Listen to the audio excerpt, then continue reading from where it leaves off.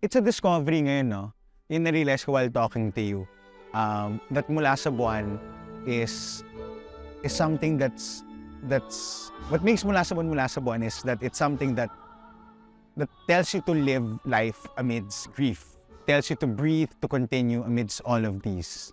It tells you to cry, it tells you to feel all of the emotions and embrace it and continue. I hope that's that's something.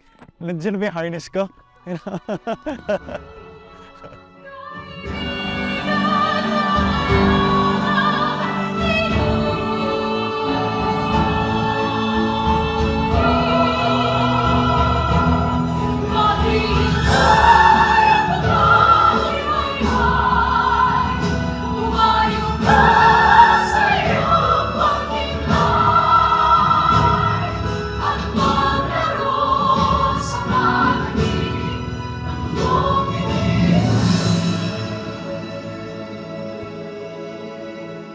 Hello, I'm Pat Valera. I am the director and the playwright of the musical Mula Sa Buwan.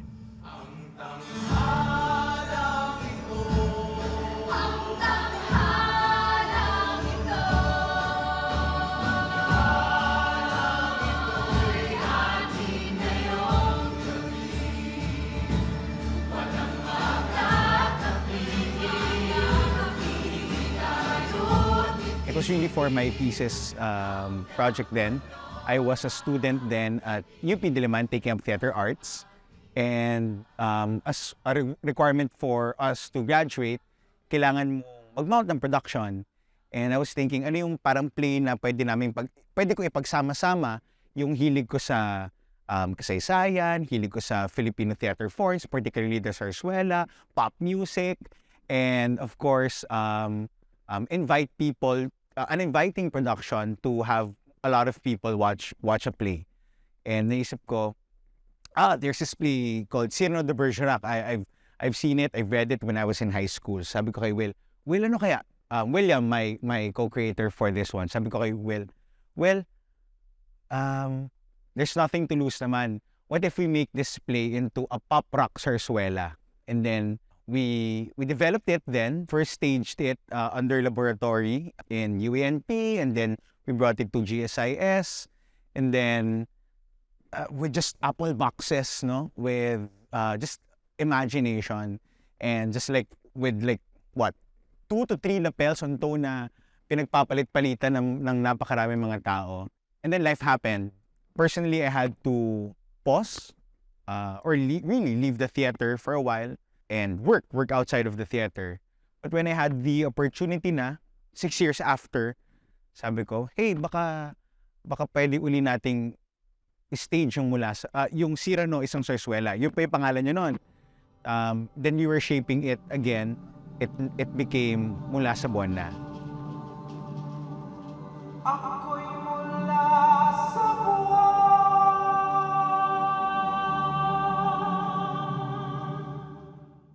Hi, I'm William Elvin Manzano. I'm the composer and co-lyricist of Mula Sa Buwan. It started in about like 2009, if I remember correctly. I remember Pat Valera calling me up. I think he's heard of my work with my band before called Happy Days Ahead. He approached me and asked me if I wanted to work on a musical which he wanted to stage sa UANP. Of course, I said yes. It's something that I really wanted to try doing. I've been a pop rock songwriter for a very long time. I didn't think that I could pull off writing a whole musical or something. It was never in my dreams as an artist, but I took it as like, hey, I'm gonna write a set of songs and I'm gonna treat it like an album, like I would do an album, and it has this story, and I enjoyed working with Pat in my theater days in the University of the Philippines. So that's how it started. Not a musical theater guy. I did not grow up listening to musical theater. I respect it a lot as an art form, and as a theater student, as a theater practitioner, I've come to enjoy a lot of these, but I did not grow up as a musical theater person.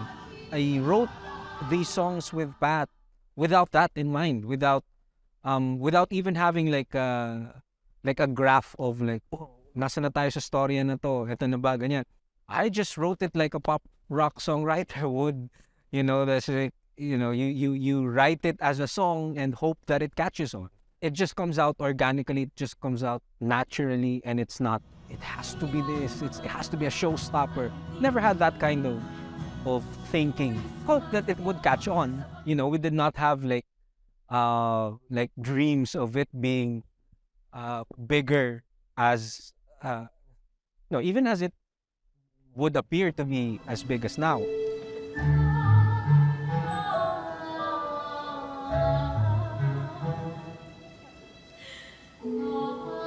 Now, 2022, under Barefoot Theater Collaborative, we're able to stage it here at the Samsung Performing Arts Theater and I don't know if they'll see it, but in a 1,500-seater theater. So we ran last August to September with 13 shows. Almost all shows are sold out. Now we have our December shows. Almost all shows are sold out then. And we're just surprised, Surprised that kakabalik pa lang from the pandemic, people are here. And most especially, young people. Doon kami kinikilig.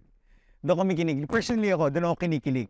To see, I'm 38 years old, and for me to see Gen Z and term yata ngayon, younger millennials coming to the theater, not even because they've watched Mula Sa Buwan before. A lot of them, not yet. And it's their first time to watch a musical production even. Doon ako natutuwa at kinikilig talaga. Especially after nito, sabihin nila, manonood ba ako ng more plays? At iti-tweet nila yan, hindi na nga tweet iti-TikTok nila sa matalinhagang Pilipino. O di ba nakakatawa? Di ba? Parang, may contribution ka rin sa daloy ng wika at resurgence of language and love really for a generation. Ikaw ngayon, maliit na daga, pinaglalaruan ng gutom na pusa. Pagdating ng huling salita ng kanta, ka ng dulo ng tudla. Hi, I'm Mike Salomon, and I am playing the role of Cyrano, and at the same time, I am the musical director of this run.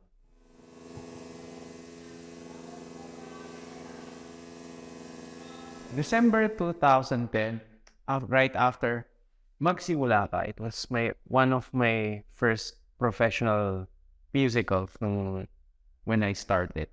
Kasi nawala ako sa theater scene for a long time. Nag-start ako ng theater sa Repertory Philippines for 2 years and then I stopped. And then I came back in 2010 with the Spotlight Artist Center, Magsimula. And doon ko nakasama sila Jeren Dapoles, Apa Santos, and many Popper Bernandas, and many more. And Fred din. Nandun pala si Fred. So, ayun. After that production, like a few weeks after we closed, in-invite ako ni Ava Santos to watch this. It was a school production of a thesis production of Pat Valera. So, si Ava Santos was playing Roxanne, and then doon ko nakilala si Nico Manalo.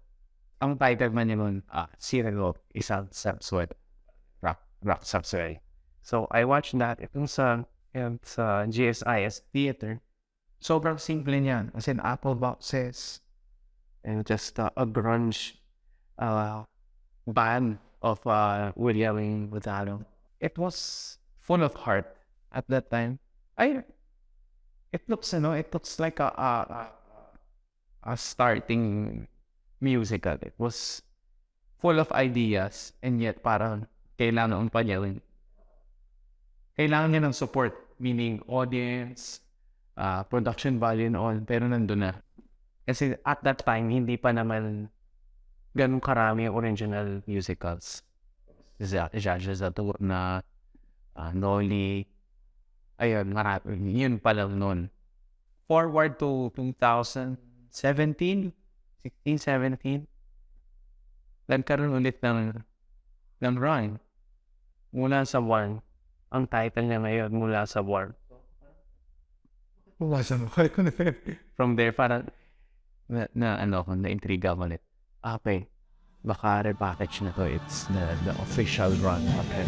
Saan walang maganda o pangit sa'yo, puso lamang ang mapangakit. Sa buwan, sa buwan, kami mula sa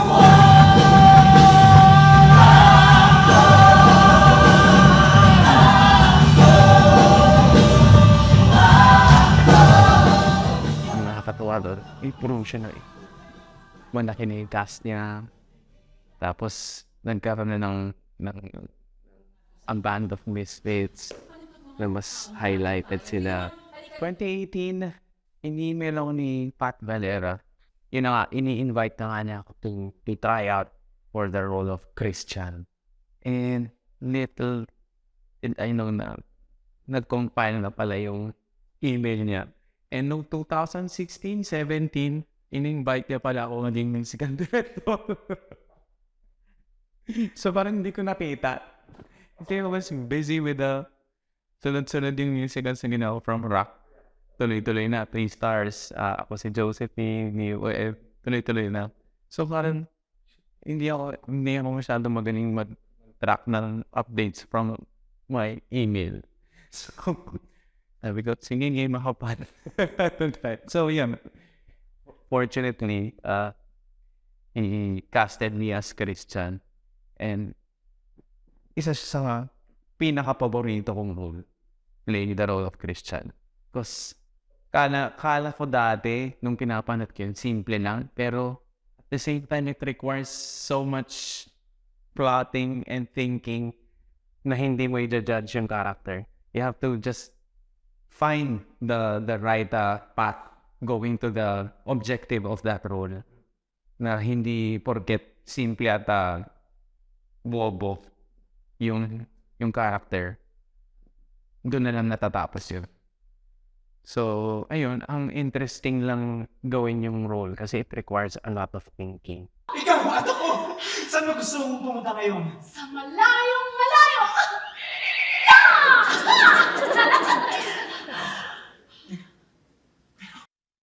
Hi, I'm Gab Pangilinan. I play the role of Roxanne in the musical Mula Sa Buwan. Hindi lamang siya magandang lalaki, man talino rin maipagmamalaki.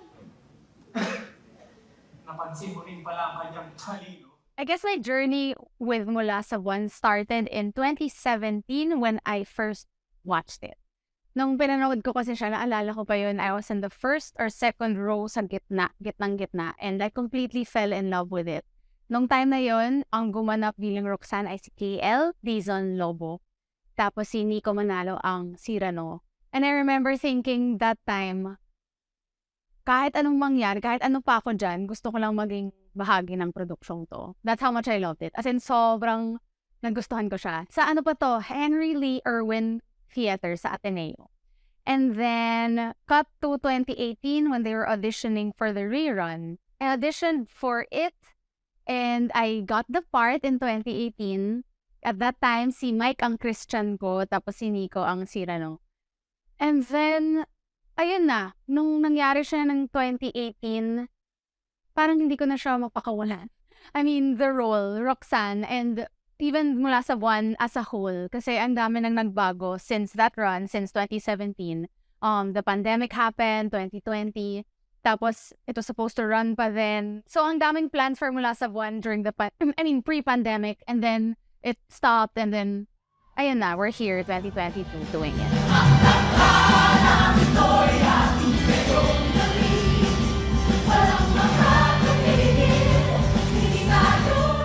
It's been a long journey, though it doesn't feel like it. Parang kahapon lang. Ganun yung pakiramdam. Yung parang, when people say na you've been doing this a while or you've done this role multiple times, for me it feels like it's such a short time. Lalo na itong run na to in particular, 10 shows lang. The one ng August, 13 shows lang. Technically, I've done the show less than 50 times in my life. So that's nothing compared to shows that have been done hundreds and hundreds and hundreds of times, right? So, it feels short. So that's why siguro I'm cherishing or savoring every moment of it. Tuwing nakikita siya'y napapaawit pa.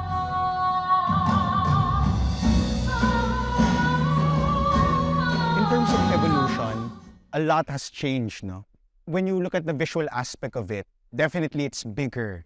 You know, the sensor now, gargantuan. Some, probably, baka operatic pa nga, no, in terms of scale. The costumes, mas marami na kaming costume changes. Di ba? Dati ko na makita mo sa pagpasok ng Act 1, yung dulo ng Act 2, same na ng Act 2 hanggang end of play. If a play becomes bigger in terms of space, you must really respond to the architecture or to what the space tells you to do.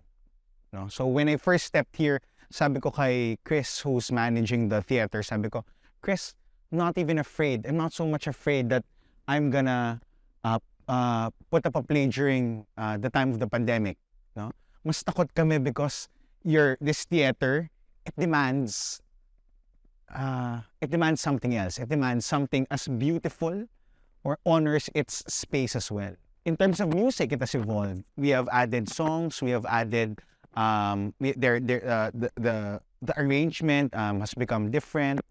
But I think the most compelling change for this one would be the story. No?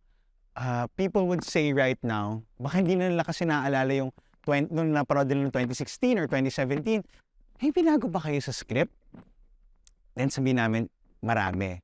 Kaya pala ako super affected ngayon. No?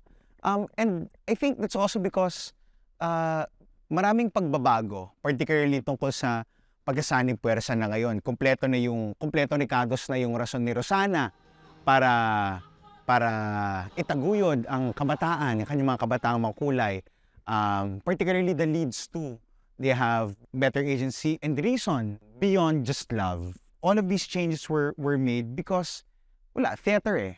It needs to respond with the present times eh. A lot of it was not just because of personal relationships of the characters, but them being young, responding to what society has given them or not given them. Pinaka-iniibig kita!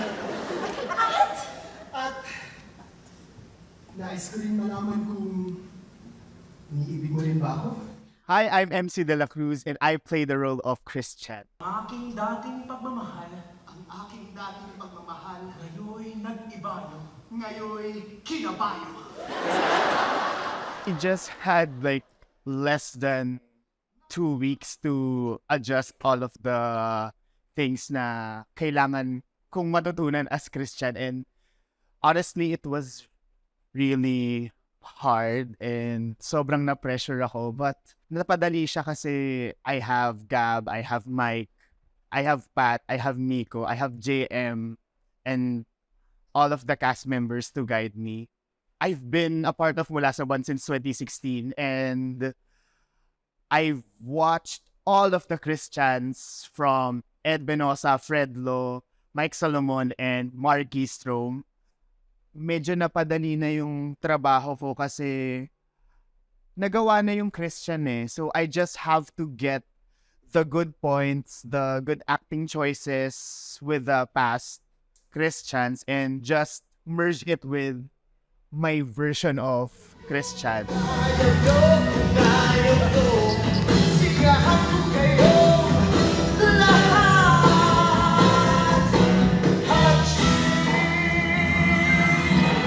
It's just getting the nuances that work with the other Christians. Ngayon'y sumisigaw. Ngayon'y sumisigaw. Ngayon'y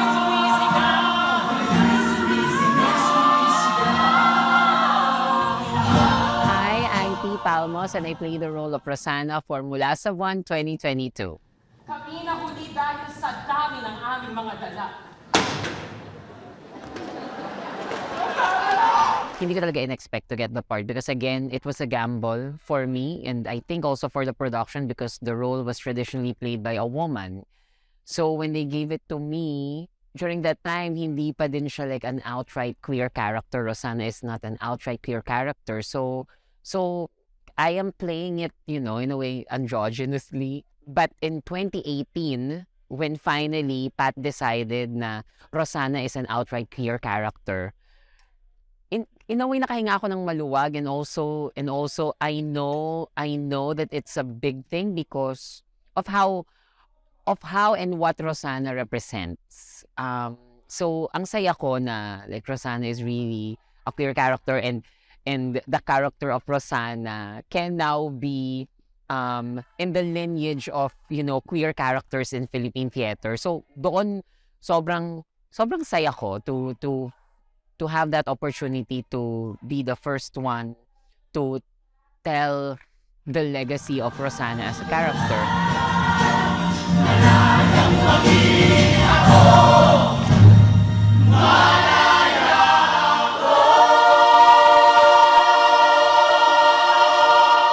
Ang saya lang to represent your community through a role. So kung journey at journey, sobrang ang dami. Not for me, but yun nga, of what Rosanna represents.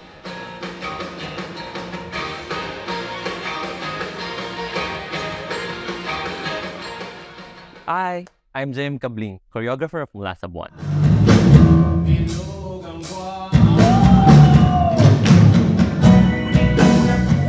2016, parang kaka-graduate ko lang nun. Hindi naman, pero konti pa lang talaga yung experiences ko nun sa theater.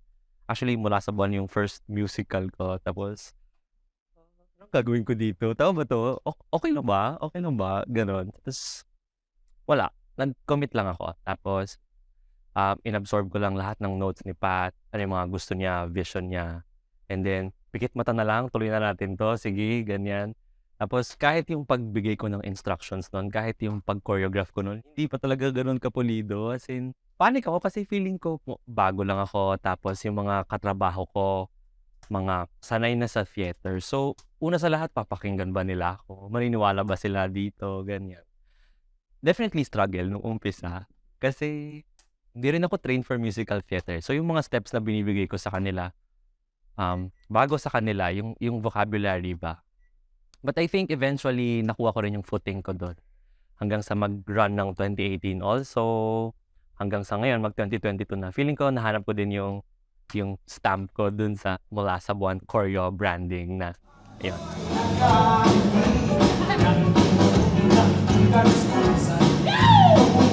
Planning pa lang kami na pinayagan na nga nila ako na magkaroon ng mga dancers. Parang, sobrang saya ko. Okay, I'll do my best, Pat. I'll do my best. Definitely iba. I mean, hindi ko tinry na i-recreate ko anong ginawa namin ng 2016, 2018 to now. Talagang minake sure namin na this one is the grandest version. And so, nakapaloob din dun yung proseso na, okay, I need more time. Kailangan natin talaga silang i-train. Kailangan talaga ng time. Na-excite ako. Pero, with that excitement comes also bigger responsibility, I guess. Hindi ko mapantayan yung energy niya. Kasi sila ni Pat, sobrang dami nilang ideas, sobrang dami nilang references na binibigay. Tapos parang ako, hindi ko pa napanood yan. Hindi ko alam yan. Sabi ko, sige, aaralin ko lahat. Ganon. So, nung nagpa-planning kami, wala akong masyadong maibato sa kanila. Although, napipicture ko siya sa utak ko na, ganito yung gusto kong mangyari. Ganyan. Pero hindi ko rin mabigay sa kanila kasi kulang yata ako sa mga references compared sa kanila. Pero sobrang thankful ko kay Mike kasi ang dali-dali niyang katrabaho. As in, na gusto kong gawin. Tapos pag ibigay niya yung music, mas maganda doon sa naisip ko. So walang problema. Actor din siya dito. Mas madali din. Hindi ko alam. Noong naisip ko, parang hirap kasi musical director ka tapos ikaw din yung lead. Pero it turns out na mas madali. Regroup kami and then Pat asked me after nung auditions ko yan, he asked me to audition for Cyrano. Hindi ko alam sa kanya, siguro parang wala pa siyang nakahanap. And I was like, kaya na ako pang gawin yung music. It's such a it's a complex, difficult role na you don't get it right. Walang sense yung production, di ba? Kasi siya yung pinaka-compass ng story. Sabi nung, pag wala tayong nahanap, ano ka tayo manhanap na ikaw singing? Pero I was so scared. Parang, in that question, no. I immediately said no. Yung physical fitness level ko, I couldn't even tie lashes.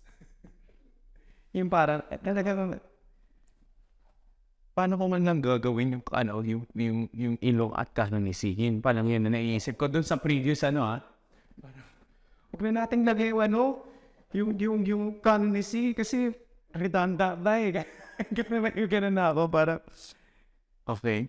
So, yun nga, after a week, sinabi ko kay Pat, pinag-isipan ko, it was a big question to try it out, to try Siran.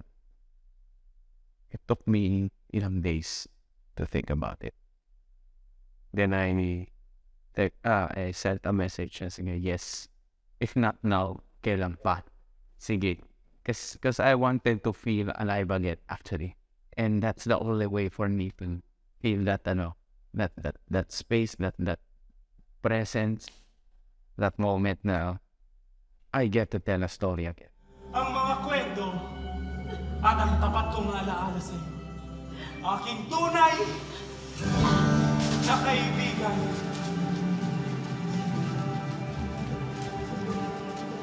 Ako si Miko Angeles. I am the Assistant Director for Mula Sa Buwan 2022 first run. And for this rerun, I am now the Associate Director.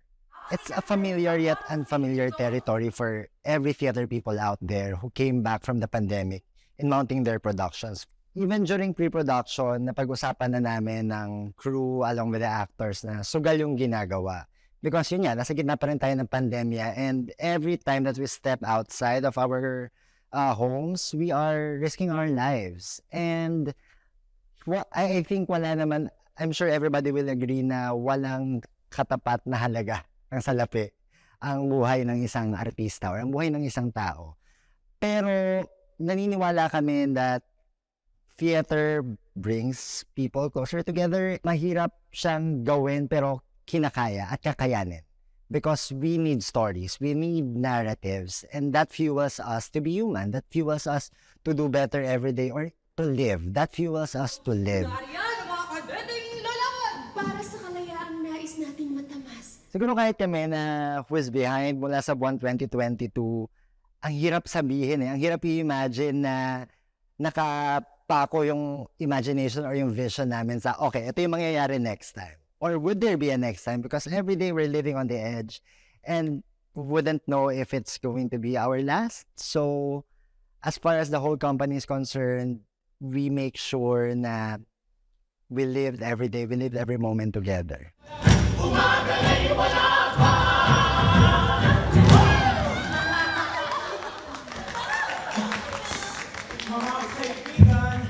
I think that's a big factor also. Because if you look at Samsung Performing Arts Theater also, it's a new theater. And ang shala niyang tignan, di ba? Yung sobrang parang wow, gara. As in, ang laki niya. And you're right, it could get intimidating for people to buy a ticket and be like, oh my gosh, I feel so out of place.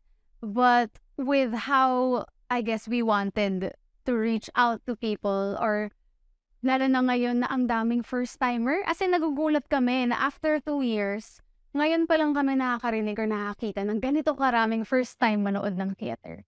And I think the pandemic has a lot to do with it because it was gone for so long. Lahat ng mga taga-teatro, kung ano-ano na ginawa online, di ba? Para hindi magpapansin, para magkwento, para lang mapakita na ito ako and ito ang gusto kong gawin. Wala siya ngayon, pero sige, maghahanap tayo ng paraan. And sabay-sabay, I guess, umuwi ang mga tao sa theater. And it's just a wonderful thing to witness, really, as a theater actor who's been around for a while. So, nakakatuwa. To receive messages from first-timers, the Mula Sa Buwan account is so active in responding to those who aren't sure if they should go. Alam mo yan, ang dami na parang mag-isa lang ako, dapat bang pumunta ako. We just want to make people realize that whoever you are, whatever you do in life, there is a space for you here. Okay lang yun. Kasi nandito kami to welcome you and nandito kami para magkwento. And it's for whoever wants to listen. So malaking bagay yun siguro coming in to doing this production also. Now we wanted to make sure that everybody would feel welcome and everybody can come to this space and just find their own little corner. Kasi welcome to.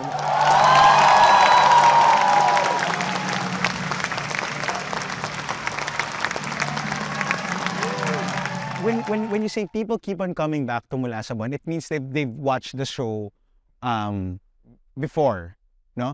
So I guess siguro may word of mouth, 'di ba? Parang word of mouth. But ang weird ngayon is that siguro ngayon for 2022, by the end of this run, 30,000 people would have watched this play this year alone. And I would guess na only 5,000 are repeat viewers, no? Mas karamihan doon ay first-time viewers. So, why do they come back? Maybe it's a blend, or why do they watch for the first time as well? Maybe it's a blend of, yun nga, narinig nila, sabi nila, worth it naman daw yung bayad, or maybe yung narinig nila, it's something to be proud of then as a Filipino. It's hard to gauge right now. Siguro dahil konti lang yung plays this year, pero hindi rin. Diba? I think why the young come back or watch for the very first time is because the play is a play that represents them but does not patronize them.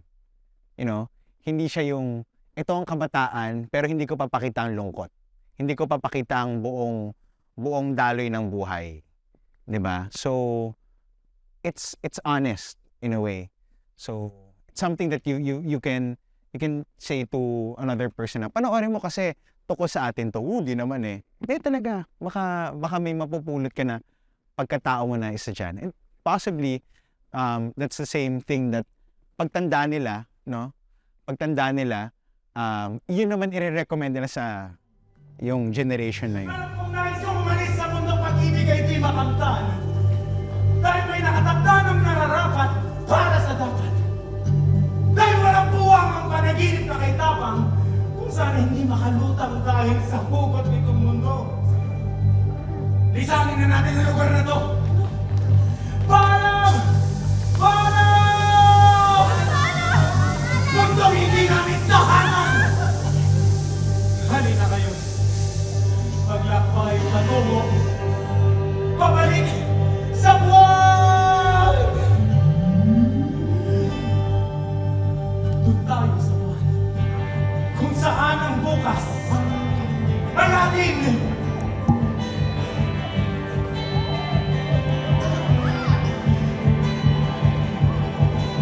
Ako'y naglayag kung saan walang sakit o hapit. Lahat ng tao ay nakangiti sa buwan, sa buwan. Ako'y mula sa buwan.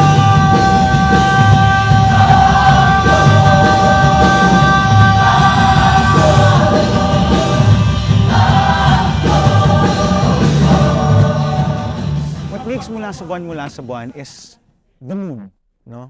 Kung kita yun dito, yung one. The moon, di ba meron yan dalawang sides, no?